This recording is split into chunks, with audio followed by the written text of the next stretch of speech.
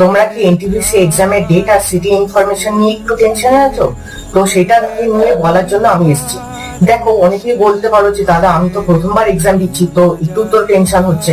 Tension করো না, তোমাদের যে মোবাইল নাম্বার ওখানে দিয়েছো এবং তোমরা যে ইমেল আইডি ওখানে দিয়েছো, সেই ইমেল আইডি আর মোবাইল নাম্বারে মেসেজ চলে আসবে। তো বারবার প্রত্যেকদিন ওটাকে চেক করার কোনো দরকার নেই, গভর্নমেন্ট ঠিকই পাঠিয়ে দেবে। তোমরা টেনশন মুক্ত হয়ে থাকো, আর ওভারঅল যখন আসবে সেইটার উপরে করো।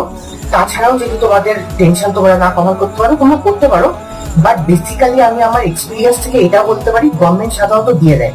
বাকি তোমার ডিসিশন, এটা কোনো রেকমেন্ডেশন না, তোমরা নিজেদের ডিসিশন নিজেরা নিও। তবে অ্যাজ এ দাদা আমি আমার অভিজ্ঞতা যতটুকুনি আছে ততটুকুনি তোমার সাথে শেয়ার করলাম। গভর্নমেন্ট রেসপন্সিবল হয়ে সাধারণত করে, তুমি গভর্নমেন্টের উপরে নিশ্চিন্ত থাকতে পারো, বাট এটা সম্পূর্ণরূপে তোমার ডিসিশন, আমার ডিসিশন নয়।